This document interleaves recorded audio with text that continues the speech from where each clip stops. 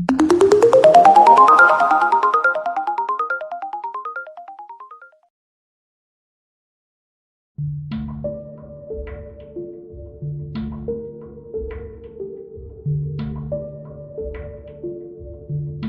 दोस्तों, भूत प्रेत एक ऐसा विषय है जो आज भी एक रहस्य बना हुआ है। यहाँ तक कि विज्ञान भी इसे सही तौर पर समझ नहीं पाया है। कुछ लोग भूत प्रेत में यकीन रखते हैं, कुछ इसे अंधविश्वास मानते हैं, लेकिन कुछ घटनाएं ऐसी भी है जहाँ लोगों ने भूत प्रेत को बड़े नज़दीक से महसूस किया है। आज मैं आपको ऐसी ही कुछ सच में हुई भूतिया घटनाओं के बारे में बताऊंगा, जिनके किस्से आज भी दुनिया भर में प्रसिद्ध हैं। आइए शुरू करते हैं। The Amityville horror. एमिटीविल शहर की भूतिया कहानी अमेरिका के इतिहास की प्रसिद्ध कहानियों में से एक है। यह कहानी एमिटीविल, न्यूयॉर्क के एक घर 112 ओशियन एवेन्यू की है, जहां सन 1974 में रोनाल्ड डिफ्यू नाम का एक शख्स अपने माता पिता और 4 बहन भाइयों की हत्या का दोषी पाया गया था। रोनाल्ड का कहना था कि किन्हीं अनजान आवाज़ों ने उसे ऐसा करने को प्रेरित किया था। 1 साल बाद सन 1975 में यह घर जॉर्ज लुट्स नाम के एक शख्स ने खरीद लिया था। 1 महीने से कम समय में ही जॉर्ज लुट्स और उनके परिवार के साथ अजीब घटनाएं होने लगीं, जैसे घर में अजीब आवाज़ों का आना, दरवाज़ों का अपने आप बजना, मक्खियों के झुंड का घर की ओर आकर्षित होना, घर की चीज़ों का अपने आप यहाँ से वहाँ चले जाना। जॉर्ज का कहना था कि अक्सर सुबह के 3:15 पर उनकी नींद गोली चलने की आवाज़ से खुल जाया करती थी। पुलिस के अनुसार यह वही वक्त था जब डिफियो फैमिली का मर्डर हुआ था। इन घटनाओं ने पैरानॉर्मल गतिविधियों के एक्सपर्ट एड वारन और लॉरेन वारन का ध्यान आकर्षित किया। एड को घर के तहखाने में ऐसा महसूस हुआ था कि किसी अदृश्य शक्ति ने उन्हें तहखाने की जमीन की ओर धक्का दिया हो।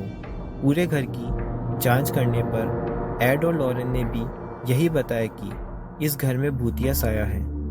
उनकी जांच की एक तस्वीर में एक छोटे लड़के की तस्वीर भी दिखाई दी थी, जो बताया जाता है कि डिफियो परिवार के एक छोटे लड़के सी प्रतीत होती है। इस घर पर किताब भी लिखी गई है जिसका नाम है द एमिटीविल हॉरर, और कई फिल्म्स भी इस घर की कहानी पे बनाई जा चुकी है। Brown Lady of Raynham Hall. Raynham Hall, जो कि नॉरफॉल्क, यूनाइटेड किंगडम में स्थित है, का इतिहास असाधारण गतिविधियों वाला रहा है।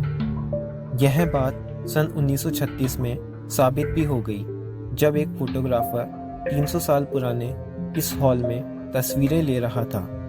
उस फोटोग्राफर ने वहां बहुत सी तस्वीरें ली, लेकिन चौंकाने वाली बात जब सामने आई जब उसकी खींची गई तस्वीरों में से एक तस्वीर में एक पारदर्शी छवि हॉल की सीढ़ियों से उतरती दिखाई दे रही थी।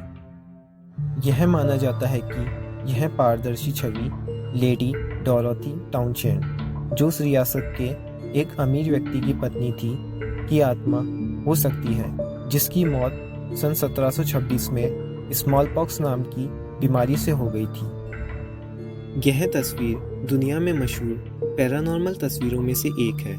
कुछ विशेषज्ञ मानते हैं कि तस्वीर में इस छवि के आने का कारण कैमरे की खराबी हो सकती है, लेकिन सोचने वाली बात यह है कि वहां खींची गई और किसी भी तस्वीर में ऐसी खराबी नहीं पाई गई। सिर्फ उस एक तस्वीर में ही ये साया क्यों दिखाई दिया।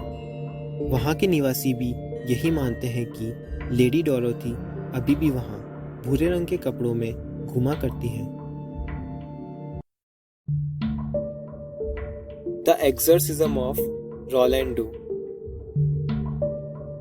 यह कहानी सन 1949 में कॉटेज सिटी, मैरीलैंड में रहने वाले 14 साल के लड़के की है, जिसका नाम रोलैंडो था। यह बताया जाता है कि रोलैंड पर बहुत सी बुरी आत्माओं का साया था। रोलैंड पर बुरी आत्माओं का साया कैसे आया था, इसके पीछे एक अनजाने में हुई घटना का हाथ था। आइए जानते हैं क्या हुआ था उसके साथ। रोलैंड डो उसके माता पिता की इकलौती संतान था और उसकी अपनी एक आंटी से अच्छी मित्रता थी। रोलैंड की आंटी आत्माओं से बात करने की कला जानती थी। रोलैंड को आत्माओं की दुनिया से परिचित भी उसकी आंटी ने करवाया था और आत्माओं से बात करने की कला भी सिखाई थी। कुछ समय बाद जब उसकी आंटी की मृत्यु हो गई तब रोलैंड बहुत दुखी हो गया था। दुखी रोलैंड ओया बोर्ड नाम के यंत्र से, जो कि आत्माओं से बात करने के लिए काम आने वाला यंत्र है, अपनी आंटी से बात करने की कोशिश करने लगा। उसकी इन कोशिशों की वजह से बुरी आत्माएं सक्रिय हो गई थी और उसके परिवार के साथ अजीब घटनाएं होने लगी, जैसे घर में रात को किसी के चलने की आवाज़ें आना, चीज़ें अपने आप हवा में उड़ना और धार्मिक चीज़ों का अपने आप कंपन करना। इन सभी घटनाओं को देखकर उस लड़के के माता पिता उसे एक नज़दीकी पादरी के पास ले गए। पादरी ने रोलैंड को अपने साथ एक दिन निगरानी में रखने का फैसला किया। इस दौरान पादरी को घर की दीवारों से अजीब आवाज़ें आई, जैसे कोई दीवारों में नाखून से खुरच रहा हो, और एक कुर्सी अचानक पादरी के ऊपर आकर गिरी, जिससे वो सही समय पर वहां से हट जाने की वजह से बच गए थे। इन घटनाओं को देखकर पादरी ने रोलैंड के माता पिता को चर्च के एक बड़े कैथोलिक पादरी के पास जाने की सलाह दी। चर्च के पादरियों द्वारा रोलैंड पर कई बार एग्जॉर्सिज्म प्रक्रिया की गई, जिसके दौरान बहुत सी अजीब घटनाएं हुई, जैसे कि रोलैंड के शरीर पर हेल और ईवल जैसे शब्द का अपने आप उभर आना, रोलैंड का हवा में बिना किसी सहारे झूलना। रोलैंड की एग्जॉर्सिज्म प्रक्रिया में शामिल हुए लोगों में से कुछ कहते हैं कि एग्जॉर्सिज्म के बाद रोलैंड सामान्य जिंदगी जीने लगा था, पर उसके साथ असल में क्या हुआ इसका कोई ठोस सबूत नहीं मिलता है। इस पर एक फिल्म भी बनाई गई है जिसका नाम है the Exorcist. The tower of London. Britain की बहुत सी जगह भूतिया घटनाओं के लिए प्रसिद्ध है। इन जगहों में से सबसे प्रसिद्ध जगह है 900 साल पुराना टावर ऑफ लंदन। इस महल में रानी के कमरे को सबसे ज़्यादा डरावनी जगह बताया जाता है। कहा जाता है कि यहाँ बहुत सी आत्माएं रहती हैं। लोगों का कहना है कि इस जगह रहने वाली आत्माओं में से एक आत्मा एराबेला स्टुअर्ट की है, जो कि किंग जेम्स फर्स्ट एराबेला की बहन थी। यह बताया जाता है कि एराबेला स्टुअर्ट ने किंग जेम्स की मर्जी के खिलाफ शादी कर ली थी। इस वजह से किंग जेम्स ने सजा के तौर पर उन्हें मीनार में बंद करवा दिया था। कहानियों के अनुसार एराबेला स्टुअर्ट अभी भी अपनी सजा उस मीनार में पूरी कर रही हैं। इस जगह के बारे में एक और कहानी प्रचलित है जो फैंटम बियर के नाम से जानी जाती है। इस कहानी के मुताबिक टावर ऑफ लंदन का एक हिस्सा, जिसका नाम मार्टिन टावर है, भालू जैसे दिखने वाले साए की जगह माना जाता है। कहा जाता है कि वहाँ काम करने वाले एक कर्मचारी ने जब इस भालू के साए को देखा तो वह डर से बेहोश हो गया था।